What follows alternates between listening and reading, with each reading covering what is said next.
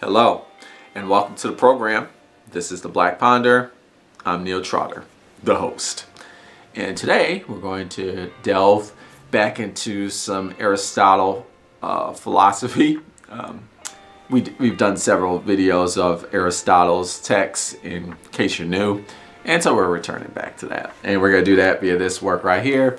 This is Aristotle's The Art of Rhetoric. Here we have the Penguin Classic edition, that black classic that I'm very fond of. Some people find black classics boring, but not me. I'm a fan of that, those editions. So The Art of Rhetoric is a book that is, very hyped. It got a lot hyped to me. People tell me, you got to read this book, man. This book is amazing. Aristotle drops some huge philosophical dimes and some really, groundbreaking philosophical takes on speech and persuasion and debate. And, groundbreaking, I guess, for its time, because it was, long time ago, BC, before Christ, ancient Greek times. So true that. But maybe the more appropriate word today is ground setting and maybe more foundational.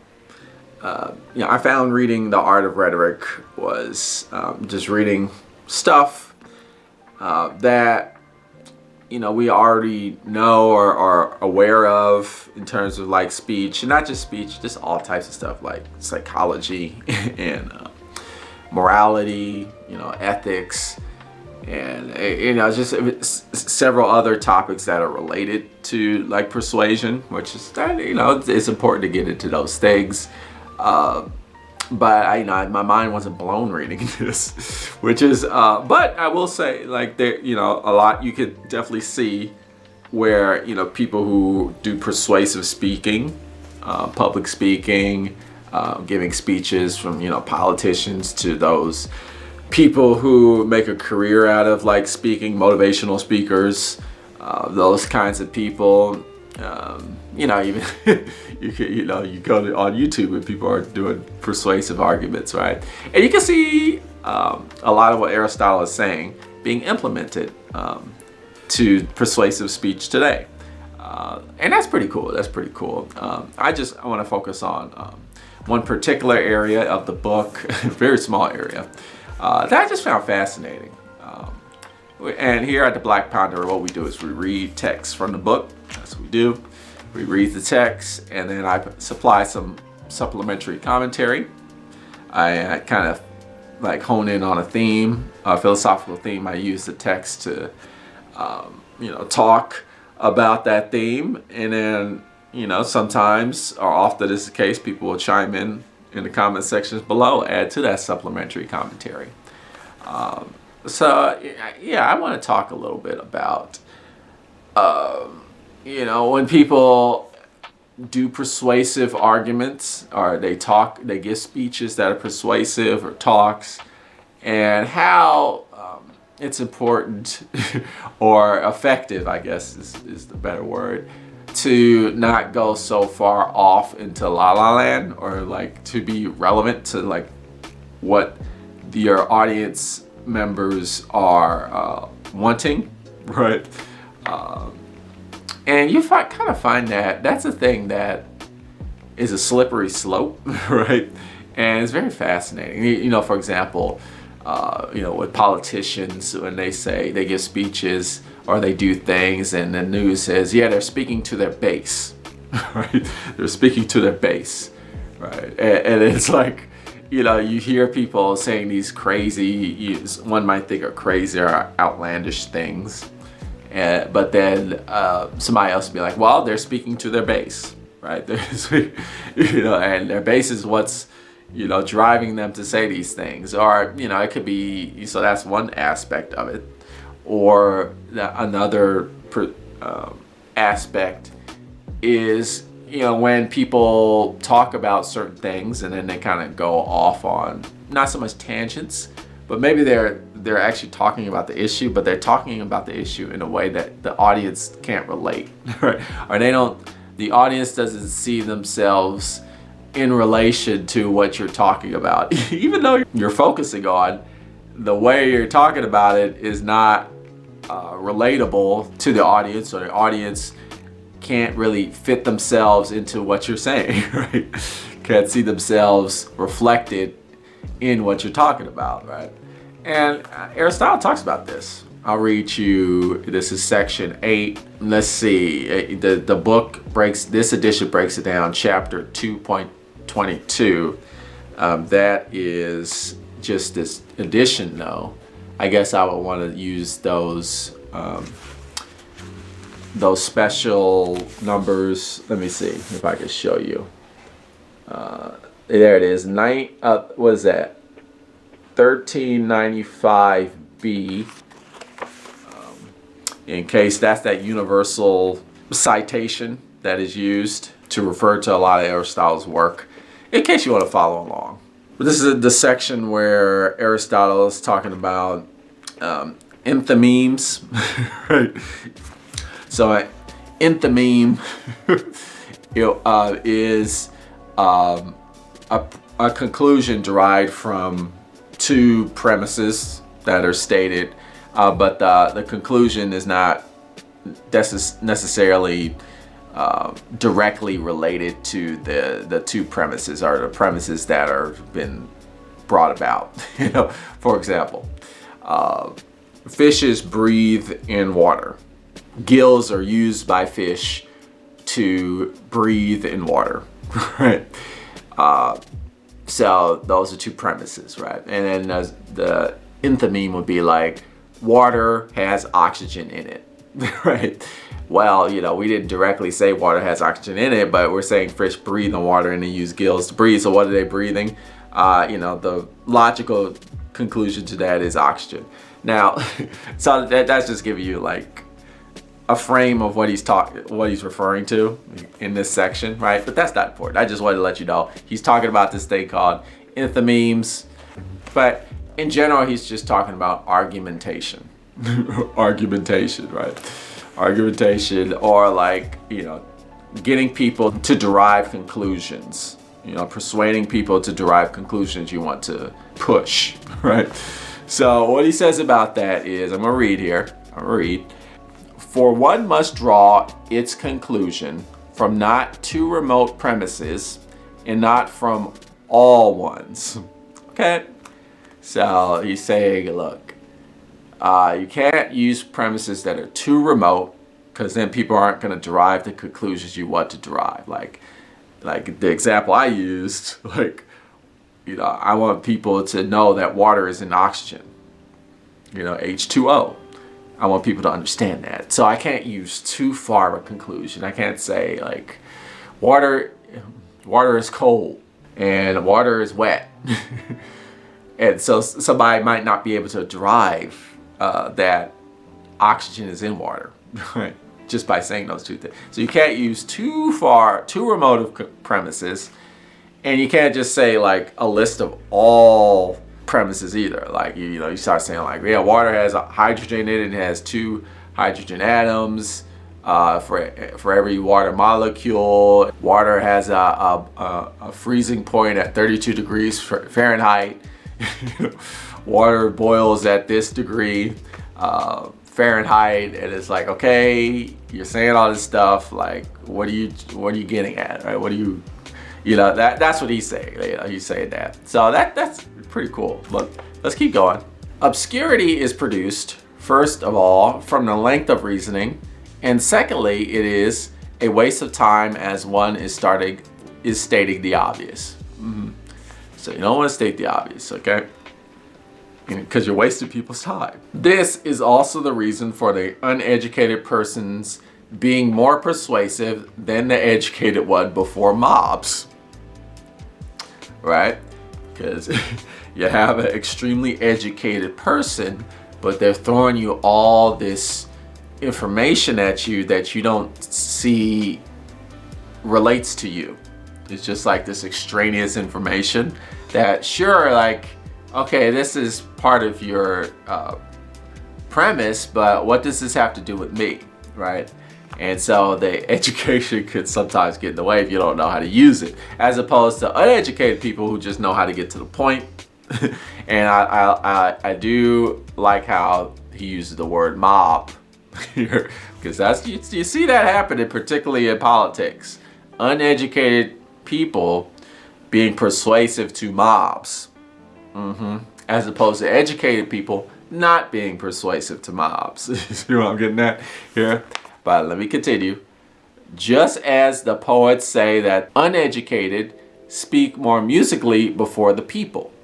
For the educated speak common and general things, while the uneducated speak from what they know, and things near to the mass mind.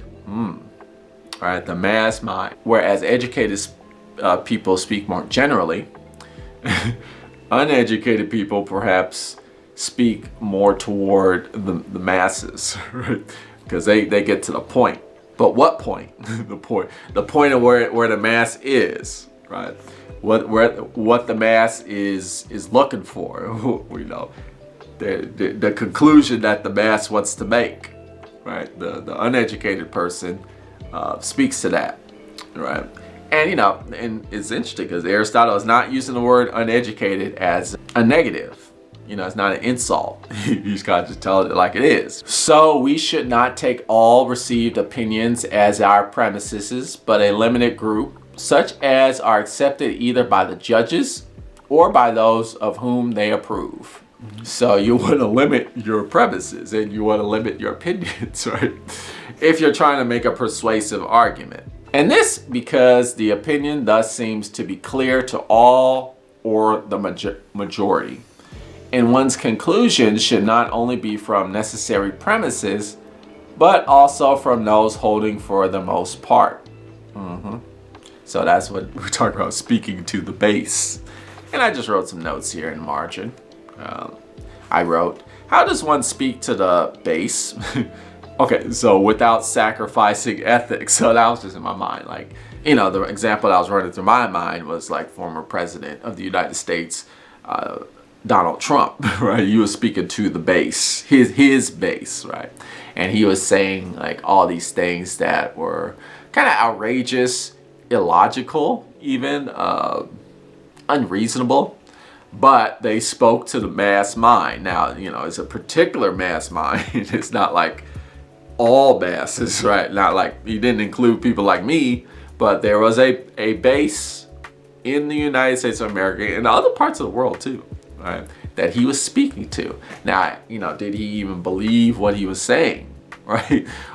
Did he even like care about what he was saying, like the words and the conclusions that he was making? I would argue like, well, he understands that what he's saying is persuasive. And a lot of what he was saying was uneducated, absolutely, right? But they spoke to the mass mind, right? And they spoke to his base. So that's what we gotta be careful, right? When I put about how you're sacrificing ethics, it's like, okay, I'm just gonna say what I need to say to persuade people. But it's like, yeah, but what you're saying is what the mass wants to hear. But is it the ethical thing to do, right? Is it so then the question becomes, okay, how can I make the ethical, moral thing persuasive? How can I tailor that ethical argument to speak to the masses, right?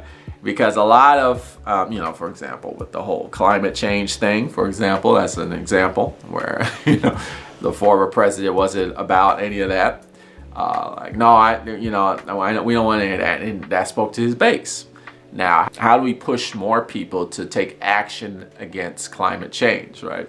We gotta talk about climate change in a way that people see themselves reflected in it, right? And it's easier for like the younger Generation Z to see it.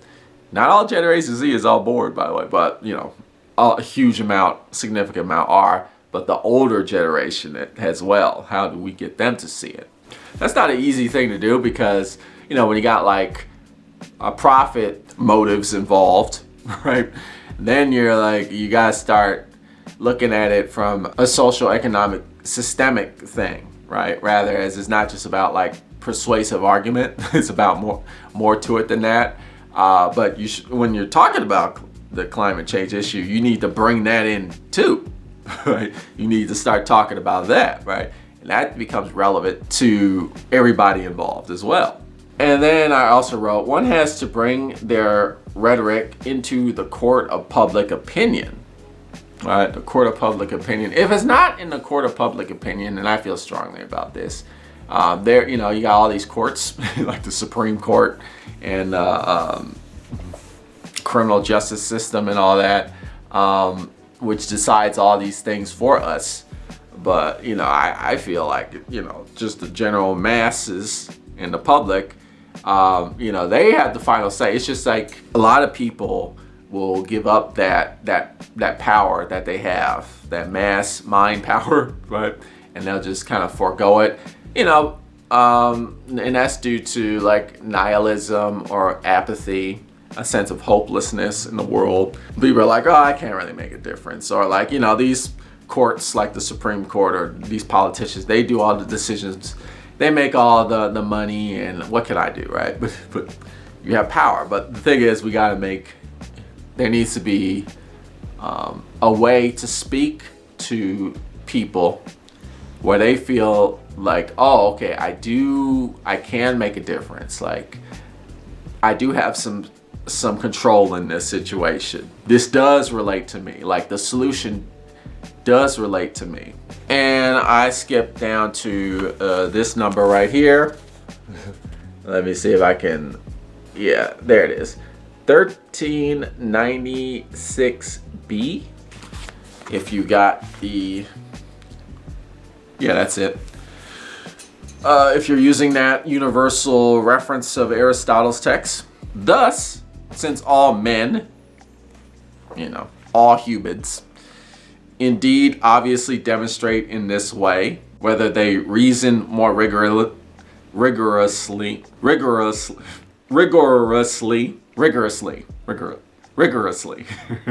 hard word for me to say, rigorously, or more loosely, they do not draw their premises from all matters, but from the things pertaining to each particular.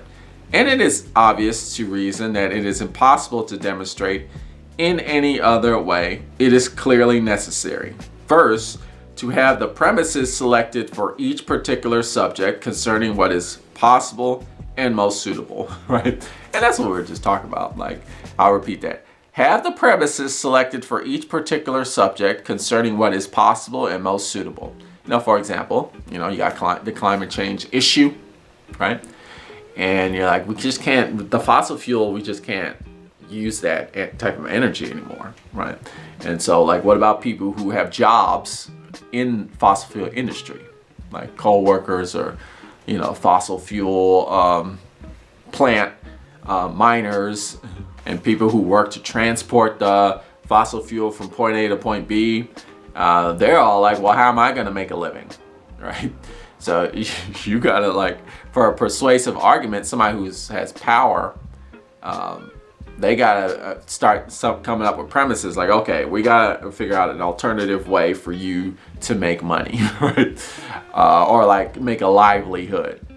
So, if we're gonna do a renewable energy solution, that renewable energy solution needs to have you, the person that was the fossil fuel worker, hooked up with some other job or some other work that sustains them. But instead of digging up or transporting fossil fuel, you are generating renewable energy, and that's your job now. And then you gotta start talking about how, okay, we're gonna train you. You can use some of the skills you use for the fossil fuel to do that.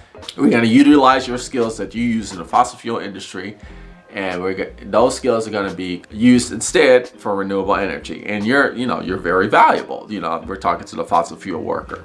You're very valuable because you know a lot about how to deal with this. We just got to utilize these skills in ways that drive renewable energy. And so now we're creating premises, right?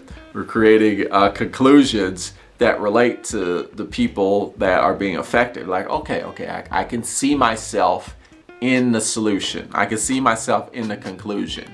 Because if they don't see themselves in the conclusion, they're gonna feel abandoned.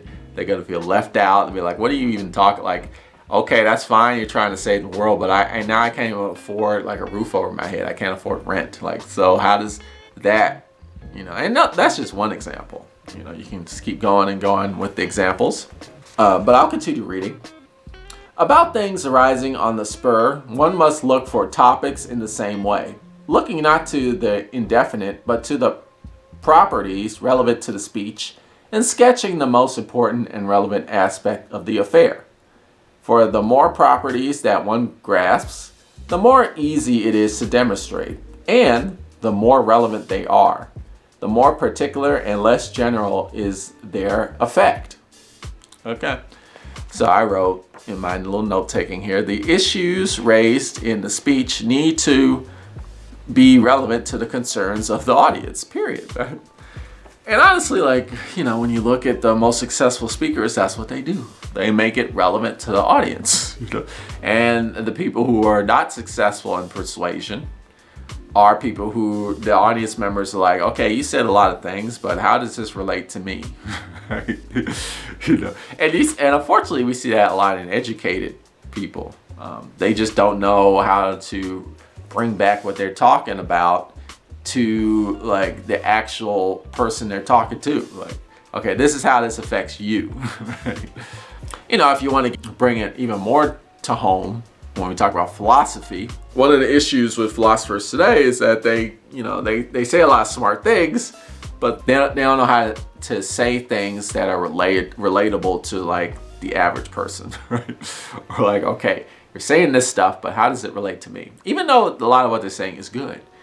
And then the problem is you see a lot of bad philosophers who are, either they're like, there may even be people who claim that they're philosophers, but they're not really, because they're not really doing philosophy, or they're doing philosophy. They are philosophers, but it's bad philosophy. Like their argumentations are uncritical or immoral or unethical, right?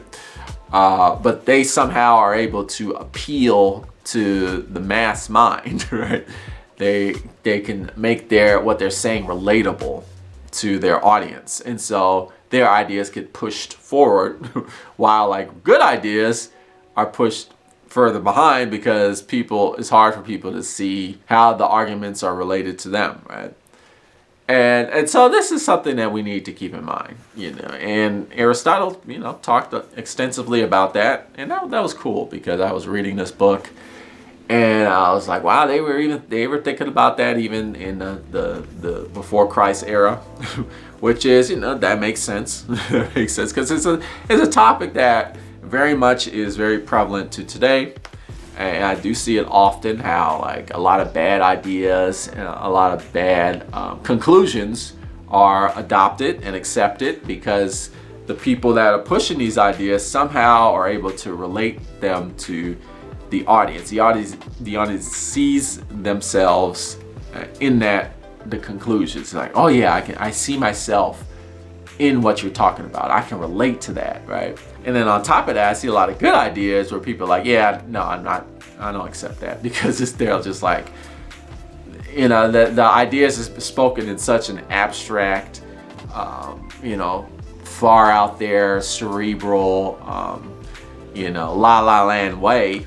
It's like, yeah, you're saying all these things, but I don't see how I can actually like fit into anything that you're really saying. So yeah, no, I'm not gonna accept that. And it's a shame. It's a shame. So I think that is something that people who have good ideas, they really do need to focus on, like, not compromising their ideas, not dumbing their ideas down, but making them relatable to the people they're trying to influence, and making them relatable in positive, moral, ethical ways, right? As opposed to a lot of these people who are pushing bad ideas, they're just doing it because they just like to be in the limelight. They like power, and oftentimes they don't really give a damn what they're saying. They're just like, ooh, people are listening to me. People are giving me money for what I'm saying, so I'll just keep saying it. You see that a lot. And so, yeah, I just wanted to bring that up. You know, you'd read, I would recommend The Art of Rhetoric. It's great if you're like into Aristotle and you want to really understand where Aristotle is coming from. Like, okay, you know, kind of more getting into the mind of Aristotle, because The Art of Rhetoric is a collection of his notes, actually. It's like his notes. It's not like, I don't think it's even a formal like text that he wrote formally. It's a collection of notes on rhetoric, right? So you're really getting into the mind of Aristotle, which is important if you want to study Aristotle. And Aristotle is such a big influence in philosophy in general. You know, reading the book will help you kind of get a grasp of foundational philosophy, you know, at least like Western foundational philosophy. But, you know, a lot of that Western philosophy has like seeped into other schools and fields of philosophy as well. So, you know, I think it's a worthwhile read. I'm not sure if you'll gain like a huge amount of insight in terms of like concepts or ideas, but you get a solid grounding in like the history of philosophy, I would say. So I would certainly check it out. Right. Aristotle's The Art of Rhetoric. Well, you've been watching the Black Ponder. Tune in next time for more philosophical thought.